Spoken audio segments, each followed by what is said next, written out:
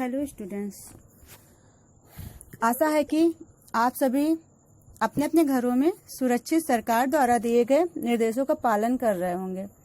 जैसा कि आपको पता है कि लॉकडाउन की वजह से आपके पेपर स्थगित हो गए हैं तथा बीएससी फर्स्ट ईयर में जूलॉजी का पार्ट 1 और part 2 lower non coordinated higher non coordinated paper हो चुका था और आपका थर्ड पेपर पोस्टपोन हो गया था, जो कि आपको पता होगा, आपके टीचर्स ने बताया, मैंने भी क्लास में आपको बता रखा है कि ऑब्जेक्टिव पेपर था।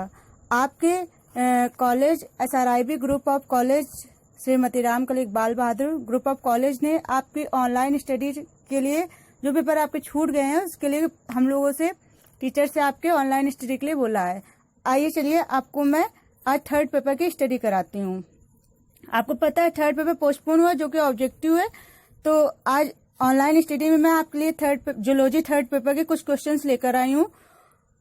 उसके लिए सबसे पहले ऑब्जेक्टिव पेपर है, तो आपको पता होना चाहिए ऑब्जेक्टिव पेपर में आपको बिल्कुल वैसे आंसर नहीं देने जैसे आपने फर्स्ट सेकंड पेपर दिए। ऑब्जेक्टिव का मतलब होता है 4 आंसर दिए होंगे, उनमें से आपको एक आंसर भरना होगा और इसके लिए आपको सबसे पहले मिलेगी OMR सीट। OMR सीट मैंने इसमें दे रखी है, आपकी यूनिवर्सिटी की बिल्कुल नहीं है, ये एक अरेंज की हुई OMR सीट है। तो आप देख सकते हैं ऐसे कुछ मिलेगी जिसमें आपको भरना बिल्कुल कॉपी की जैसे ही होगा। उसमें नाम, पापा का नाम और कॉलेज का नाम, कॉलेज कोड, रोल नंबर सब कुछ सेम आपको वैसे ही भरना होगा, लेकिन आंसर देने का तरीका बिल्कुल अलग होगा। इसमें क्या होगा, 1 से लेके 80 नंबर तक आपके नंबरिंग होगी, उसमें ABCD करके पढ़ा होगा। तो जो आंसर आपका सही होगा उसमें आपको गोला भरना है, ठीक है। और कोई भी पेपर में पेंसिल नहीं चलानी है, केवल OMR सीट में जहां पे ABCD लिखा होगा तो क्वेश्चन पहले पढ़ना है।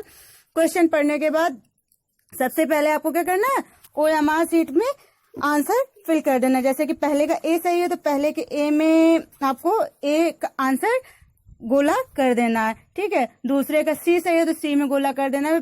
पेपर में कुछ भी नहीं करना है, ऐसे करके OMR सीट भरना है। उसके बाद आपका आता है सिलेबस। आइए आप सिलेबस पता करते हैं जूलॉजी थर्ड पेपर में। जूलॉजी थर्ड पेपर में आपका नाम पहले क्या है पेपर का, सेल बायोलॉजी एंड जेनेटिक्स, ठीक है। आपको इसमें क्या पढ़ना है, सेल बायोलॉजी के बारे में पढ़ना, उसके बाद जेनेटिक्स के बारे में पढ़ना, क्या आपके जेनेटिक्स होते हैं और जेनेटिक्स एक्चुअल में होता क्या। आपको पता ही हो जेनेटिक्स मतलब होता है वंशागति। वंशागति मतलब पेरेंट्स से आए हुए बच्चों में लक्षण, ठीक है। सेल बायोलॉजी आपको कोशिका विज्ञान के बारे में पढ़ना है। तो यूनिट इसमें 4 हैं आपके। फर्स्ट यूनिट आपके क्या है, फर्स्ट यूनिट आपकी है ultra structure and function of cell organelles, ultra structure and function of plasma membrane, gram positive plasma membrane, cell eating and cell drinking. क्या है मतलब कि आपको सेल के स्ट्रक्चर के बारे में पढ़ना होगा, प्लाज्मा मेम्ब्रेन के स्ट्रक्चर के बारे में पढ़ना होगा, ग्राम पॉजिटिव ग्राम नेगेटिव के बारे में पढ़ना होगा, और सेल ड्रिंकिंग सेल कैसे क्या खाना खाते हो, कैसे क्या रहते हैं, इसके बारे में आपको पढ़ना होगा फर्स्ट यूनिट में। सेकेंड यूनिट है आपकी सेल बायोलॉजी। सेकेंड इसमें क्या पढ़ना, structure and function of cell organelles with special emphasis and mitochondria, Golgi body, nucleus, ribosomes, endoplasmic reticulum, lysosome, transcription and translation. मतलब आपको इन सब के बारे में transcription, translation, mitochondria, Golgi body, nucleus, endoplasmic reticulum, इन सब के बारे में फंक्शन और स्ट्रक्चर इनके बारे में पढ़ना होगा। यूनिट थर्ड आपकी जेनेटिक्स। जेनेटिक्स में आपको स्ट्रक्चर ऑफ क्रोमोसोम्स पढ़ना होगा, वाटसन एंड क्रिक मॉडल पढ़ना होगा। ये आप 12th में भी पढ़ चुके हो, लेकिन यहाँ पे बहुत डीप में पढ़ना होगा। डिफरेंशिएशन बिटवीन DNA RNA पढ़ना होगा, cell division, mitosis, meiosis, Mendel's law, principle of heredity और chromosomal activity, cross, test cross, back cross, मैंने बहुत अच्छे क्लास में पढ़ा है, डिहाइब्रिड क्रॉस, ये सारे पढ़ने होंगे और डिजीज पढ़नी होंगी।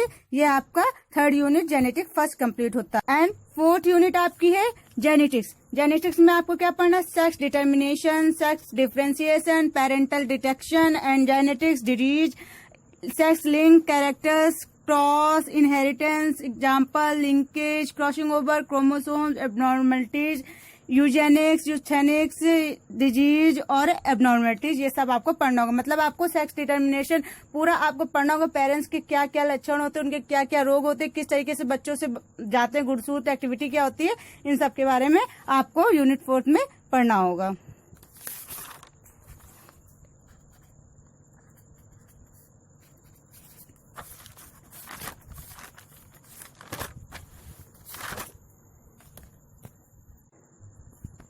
इसके बाद स्टूडेंट्स मैं आपके लिए कुछ नोट्स लेकर आई हूँ। बीएससी पार्ट 1 के एग्जामिनेशन के हैं। मैंने कुछ ईयर्स के क्वेश्चंस को देखा है, देखने के बाद उनकी स्टडी की है। जो ज्यादा से ज्यादा आपके क्वेश्चंस आते हैं उनके बारे में लिखा है और उनके आंसर देखिए। आपके क्वेश्चंस क्या है, क्वेश्चंस दिए हुए हैं, उसमें 4 आंसर दिए हैं। 4 आंसर में मैंने आपको बताया ये OMR शीट आपकी दे रखी है, देखिए। और कई प्रकार के OMR शीट आप डाउनलोड करिए मोबाइल से और उनको घर में भरने की प्रैक्टिस, जिससे कि आपके क्वेश्चंस ज्यादा से ज्यादा अच्छे, क्योंकि ये पेपर ऐसे होते हैं ऑप्शनल कि इनमें मार्क्स बहुत अच्छे भी बन जाते हैं, बहुत खराब भी बनते हैं, क्योंकि इसमें बिल्कुल भी आप लिख नहीं सकते हो, डायरेक्ट आंसर देने होते हैं। तो अगर सही रहा तो आप भरोगे सही तो आपके आंसर सही। कभी कभी आते हुए बच्चे भर नहीं पाते तो प्रॉब्लम होती है। पहला क्वेश्चन है आपका, प्रोकैरियोट तथा यूकैरियोट में मुख्य अंतर क्या है? इसके 4 आंसर दिए हुए। कोशिका कला अनुपस्थित होती है, केंद्रक कला अनुपस्थित होती है, केंद्रक कला उपस्थित होती है, कोशिका कला उपस्थित होती है। देखिए स्टूडेंट्स, 4 आंसर दिए, इनमें से एक आंसर सही होगा। जो आंसर सही होगा वो आपको OMR शीट में गोला करना होगा। तो पहले का B नंबर सही है, केंद्रक कला अनुपस्थित होती है। तो हम क्या करेंगे, B नंबर में गोला फिल कर देंगे जाके। अब इसके बाद स्टूडेंट मैं आपको लिखे सारे के क्वेश्चंस के 4-4 ही ऑप्शन है, लेकिन मैं बताऊंगी केवल आंसर, जिससे आपको ज्यादा से ज्यादा क्वेश्चंस मैं आज लर्न करा सकूं। नेक्स्ट क्वेश्चन है, विषाणु माना जाता है, क्या माना जाता है? विषाणु कोशिका सिद्धांत का अपवाद माना जाता है, मतलब कोशिका सिद्धांत से अगेंस्ट माना जाता है। नेक्स्ट क्वेश्चन है, निम्नलिखित में से कौन सा यूकैरियोटिक कोशिका का उदाहरण नहीं है? थर्ड का आंसर नंबर B। इसमें 4 क्वेश्चंस के आंसर दिए, ऑप्शन दिए, अमीबा, प्रोटियस, पैरामीशियम, यूग्लिना। आपको पता है ये तीनों जो है आपके यूकैरियोट्स के उदाहरण हैं, लेकिन ई कोलाई जो है आपका वो नहीं है बिल्कुल भी। तो ये आपका आंसर बिल्कुल चेंज हो, क्योंकि ये वैज्ञानिक का नाम है, बाकी सब जो है आपके ये एक तरीके के वायरस वगैरह हैं, ठीक है। फिर है फैगोसाइटिस नाम किसने दिया? फैगोसाइटिस नाम मेट किंगकॉफ ने दिया था, मेट किंगकॉफ ने। फिर प्रोकैरियोट्स में डीएनए होता है द्विपद गोलाकार, मतलब कि आपका जो प्रोकैरियोट्स में डीएनए पाया जाता है वो द्विपद डबल लेयर स्पाइनल पाया जाएगा, ठीक है। कोशिका भित्ति होती है, कोशिका भित्ति बैक्टीरियम भी होती है आपकी, पादप कोशिका में भी होती है। तो इसमें आंसर आपका D नंबर सही है, A तथा B दोनों, ठीक है। 7 नंबर आपका है, निम्नलिखित में कौन सा यूकैरियोटिक कोशिका का उदाहरण है? यूकैरियोटिक कोशिका का उदाहरण सिंपल सा है, बैक्टीरिया होगा। नेक्स्ट क्वेश्चन आपका है, बैक्टीरिया की कोशिका झिल्ली बनी होती है पेप्टिडोग्लाइकेन से। किससे बनी होती है? पेप्टिडोग्लाइकेन से बनी होती है आपकी बैक्टीरिया कोशिका की झिल्ली। नेक्स्ट क्वेश्चन आपका 9 नंबर है, कोशिकाओं की संरचना तथा कार्यों का अध्ययन कहलाता है। कोशिकाओं का संरचना सेल बायोलॉजी में किया जाता है, जिसको हमने आपको पहले ही बताया था, जिसमें लॉजी लगा होगा शब्द और उसके आगे उसका नाम लिखा होगा।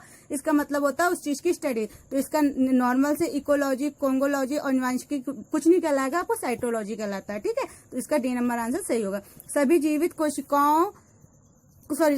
जीवित कोशिकाएं पूर्व विद्यमान कोशिकाओं से ही बनती हैं, कहा था। किसने कहा था? ये R विर्चोव ने। किसने कहा था? R विर्चोव ने, ठीक है। कोशिकाएं जिसमें तारक काय को सेंट्रोसोम बोलते हैं। कोशिकाएं जिसमें तारक काय नहीं पाया जाता है उनको क्या बोलते हैं? पादप कोशिका। निम्नलिखित में से किसी जीवन का भौतिक आधार माना जाता है। जीवन का भौतिक आधार आपको किस पता ही होगा, प्रोटोप्लाज्म को माना है। किसको माना जाता है? निम्नलिखित में जीवन का भौतिक आधार किसे माना जाता है? प्रोटोप्लाज्म को। स्टूडेंट्स आपको बार बार बता रही हूँ कि आपको सारी जो भी आंसर्स होंगे वो आपको OMR शीट पे भरना है, पेपर में कुछ भी नहीं करना। जैविक कला में एंटीगल प्रोटीन व वसा संयोजित होते हैं। नेक्स्ट क्वेश्चन आपका क्या है? जैविक कला में एंटीगल प्रोटीन व वसा संयोजित होते हैं, किसके द्वारा? सहसंयोजक बंध द्वारा। जैविक कला में एंटीगल प्रोटीन व वसा संयोजित होते हैं सहसंयोजक बंध द्वारा। नेक्स्ट क्वेश्चन आपका है, कोशिका कला में सर्वाधिक मात्रा में पाया जाता है, क्या पाया जाता है? कोशिका कला में सर्वाधिक मात्रा में फास्फोलिपिड पाया जाता है। नेक्स्ट क्वेश्चन आपका, निम्नलिखित में से कौन सी वसा प्रमुख रूप से जैविक कला में पाई जाती है? निम्नलिखित में से कौन सी वसा प्रमुख रूप से जैविक कला में पाई जाती है? तो इसका डाइग्लिसराइड्स, क्या पाया जाता है? डाइग्लिसराइड्स।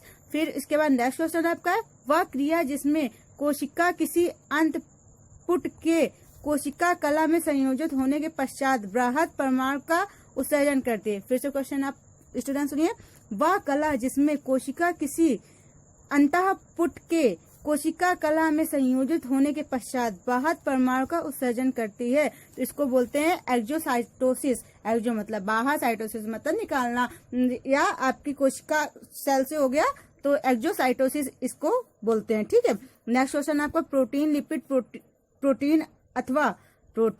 प्रोटीन अथवा प्लाज्मा झिल्ली का सैंडविच मॉडल दिया था। सैंडविच मॉडल आपका डेवसन और डैनियल नामक वैज्ञानिक ने दिया था। डैनियोली नामक वैज्ञानिक ने दिया था। तो आपको जहां पे ये सैंडविच मॉडल दिख जाए वहां पे आप बिल्कुल सोच समझकर डेवसन व डैनियोली नामक वैज्ञानिक लिखा हो तो उसमें टिक कर दीजिएगा।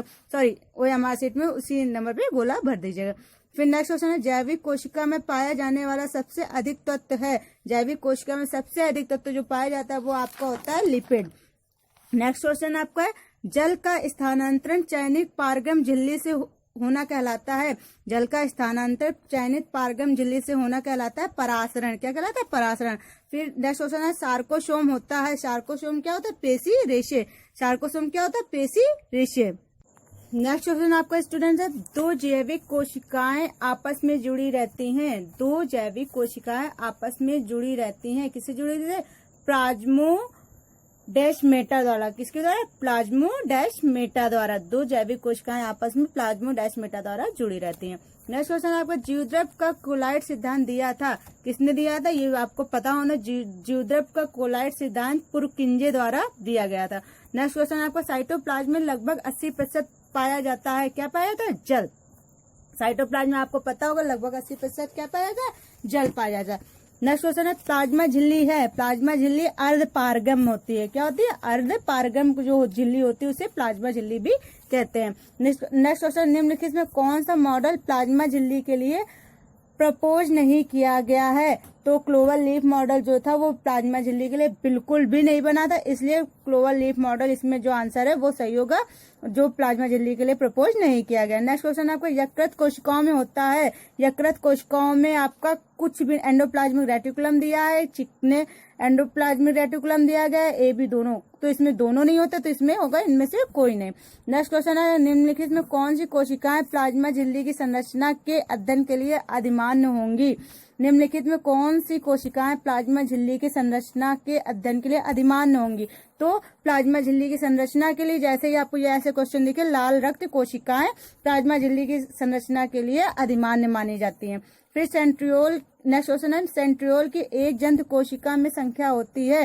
सेंट्रियोल की एक जंतु कोशिका में संख्या ऑलवेज 2 होती है। कितनी होती है? 2 होती है।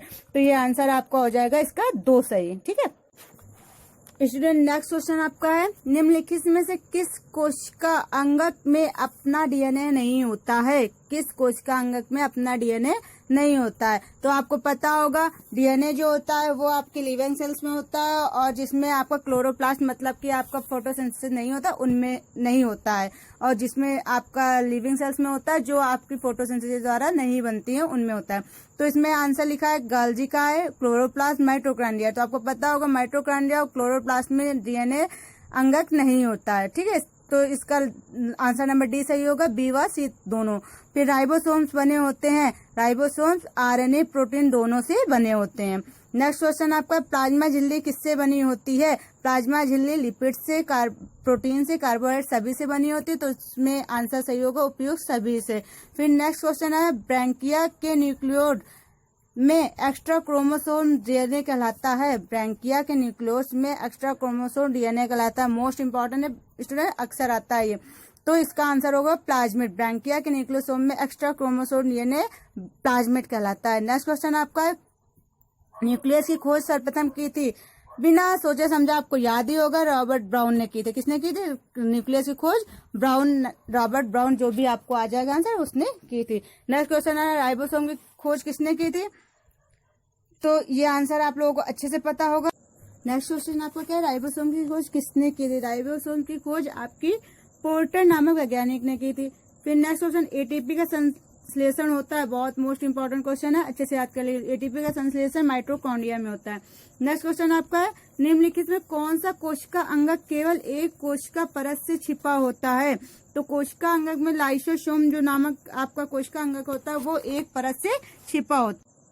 नेक्स्ट क्वेश्चन आपका है, सिंगल वह निकोल्सन के मोज़ेक मॉडल के अनुसार प्लाज्मा मेम्ब्रेन बनी होती है। सिंगर और निकोल्सन के मोज़ेक मॉडल के अनुसार प्लाज्मा मेम्ब्रेन बनी होती है। तो आंसर दिए फॉस्फोलिपिड की, एक्सट्रिंसिक प्रोटीन की, इंट्रिंसिक प्रोटीन की, या उपयुक्त सभी की। तो आपको पता हो जाए चाहिए जो मोज़ेक मॉडल था उसमें फॉस्फोलिपिड, एक्सट्रिंसिक प्रोटीन और इंट्रिंसिक प्रोटीन तीनों थे, तो ये उपयुक्त सभी आंसर सही होगा।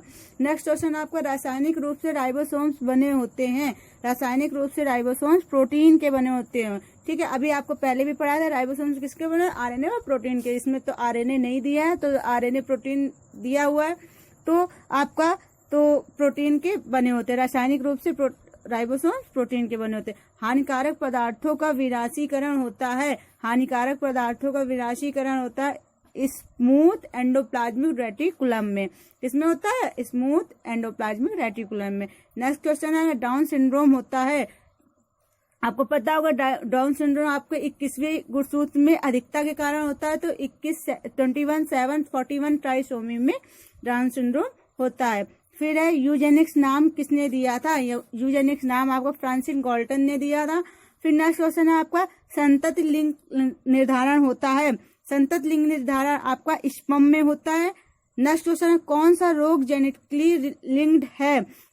तो आपका इसमें डिसेंट्री, एड्स, टीबी दिए और हीमोफीलिया। तो आपको पता होना चाहिए कि ये सारे रोग जो डिसेंट्री, एड्स, टीबी ये जेनेटिकली नहीं होते, किसी छूने छाने से नहीं होते। तो ये हीमोफीलिया नामक जो रोग है वो पेरेंट्स से बच्चों में जाता है। तो जो रोग पेरेंट्स से बच्चों में जाता है वही आपका जेनेटिकली रोग कहलाता है। तो हीमोफीलिया नामक रोग जो होगा वो आपका जेनेटिकली नामक रोग होगा।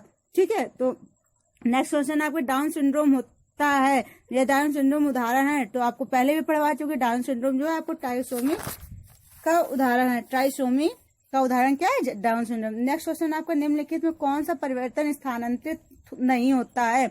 तो सोमैटिक परिवर्तन जो होते हैं वो स्थानांतरित नहीं होते, तो इसका आंसर नंबर डी सही होगा। सोमैटिक परिवर्तन स्थानांतरित नहीं होता है। नेक्स्ट क्वेश्चन है, क्रिस क्रॉस इनहेरिटेंस का उदाहरण है। तो कलर ब्लाइंडनेस, लाल हरा रंग में जो आपका विभेद नहीं कर पाते वो आपका क्रिस क्रॉस का उदाहरण है। फिर नेक्स्ट है, मानव कोशिका में ऑटोसोम्स की संख्या होती है। नॉर्मल सी बात आपको पता है, मानव जो कोशिका होती है उसमें क्रोमोसोम्स आपके 46 होते हैं, जिसमें से आपके 2 होते हैं सेक्स क्रोमोसोम और 44 आपके होते हैं ऑटोसोम। तो इसमें क्या 44 जो संख्या लिखी है वो सही होगी। या तो आपका आंसर देता 22 जोड़े, तो आपका आंसर सही होता। तो इसमें आपको 22 जोड़े नहीं, केवल 22 दिए हैं, तो 22 गलत होगा। 44 जो आपका होगा वो आंसर सही होगा। फिर है, एक हेट्रोजाइगस कितने प्रकार के गैमेट्स बनाता है। एक हेट्रोजाइगस हमेशा 2 प्रकार के गैमेट्स बनाता है। फिर नेक्स्ट क्वेश्चन, कोशिका विभाजन जिसके दौरान रिकॉम्बिनेशन घटित होता है।